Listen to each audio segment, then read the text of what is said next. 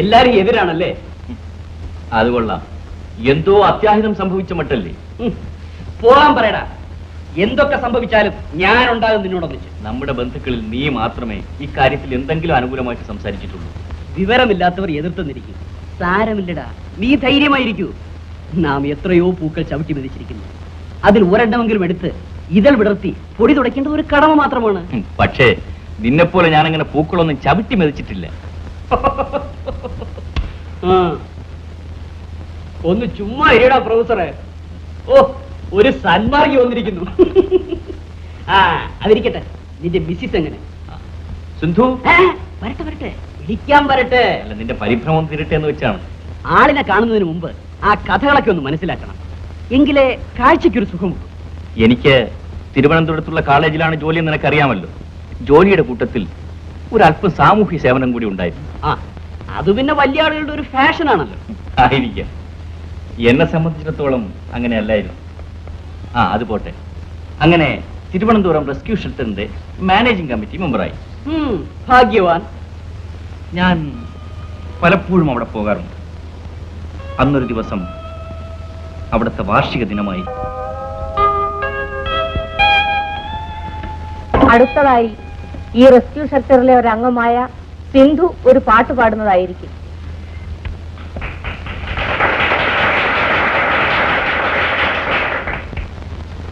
കണ്ണു തുറക്കാത്ത ദൈവങ്ങളെ,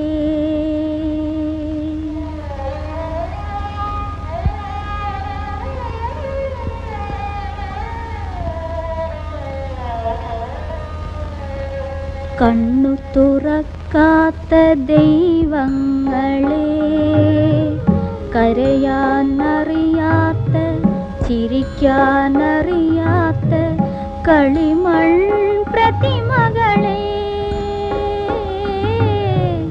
മറക്കൂ ഞങ്ങളി ദേവദാസിയെ, മറക്കൂ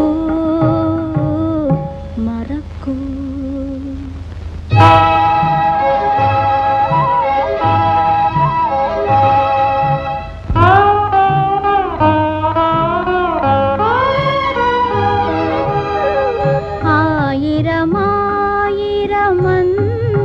ആയിരമായിരമന്തപുരങ്ങളിൽ ആരാധിച്ചവൾ ഞാൻ, നിങ്ങളെ ആരാധിച്ചവൾ ഞാൻ.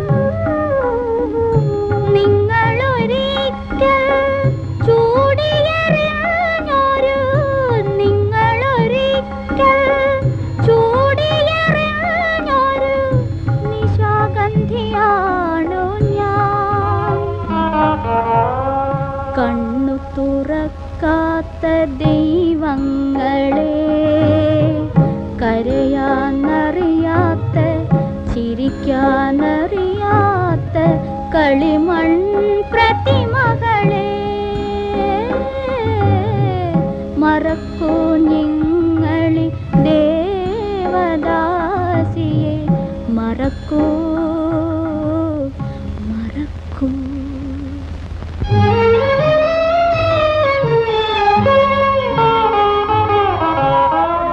കർപ്പൂരനാളമായി നിങ്ങൾ തമ്മിൽ കത്തിയെരിഞ്ഞവൾ ഞാൻ, ഒരു നാൾ കത്തിയെരിഞ്ഞവൾ ഞാൻ.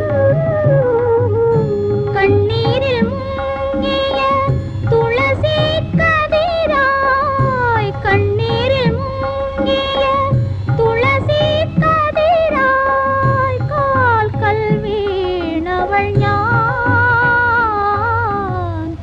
കാൽക്കൽ വീണവൾ ഞാൻ.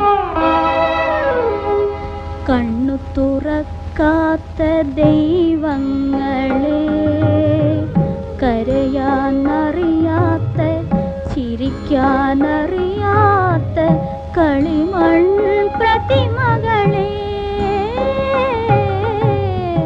മറക്കൂ ഞങ്ങളി ദേവദാസിയെ,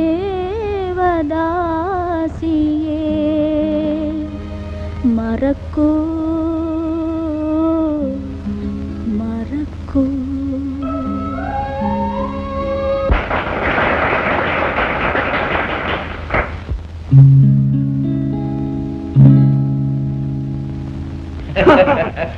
സാറാ പെണ്ണി കറങ്ങിയെന്നാ തോന്നണേ. തീർച്ചയായും അവളുടെ പാട്ടും ഭാവമെല്ലാം ഇപ്പോഴും എന്റെ മനസ്സിൽ തങ്ങി നിൽക്കുന്നു.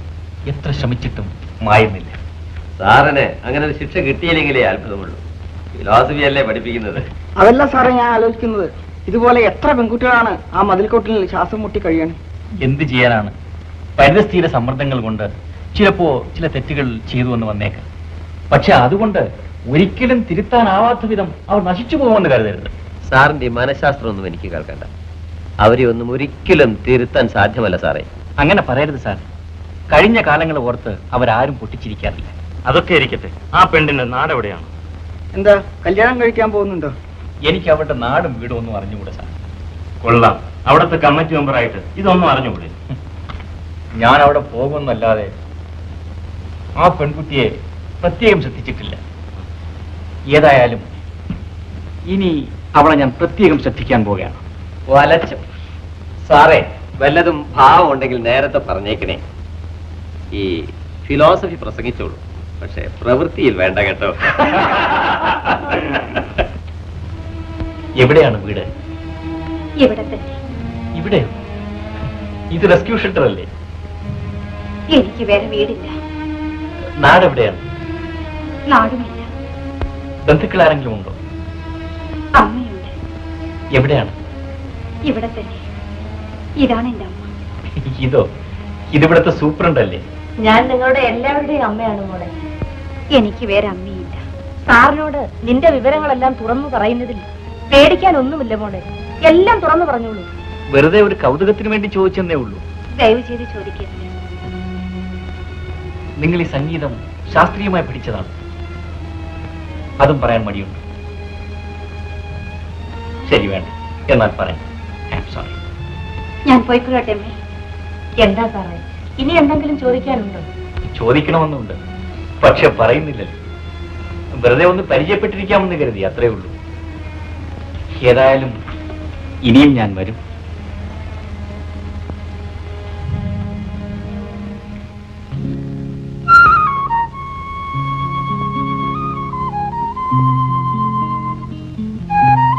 സാറ് രാജ്യത്തിലേക്കായിരിക്കും.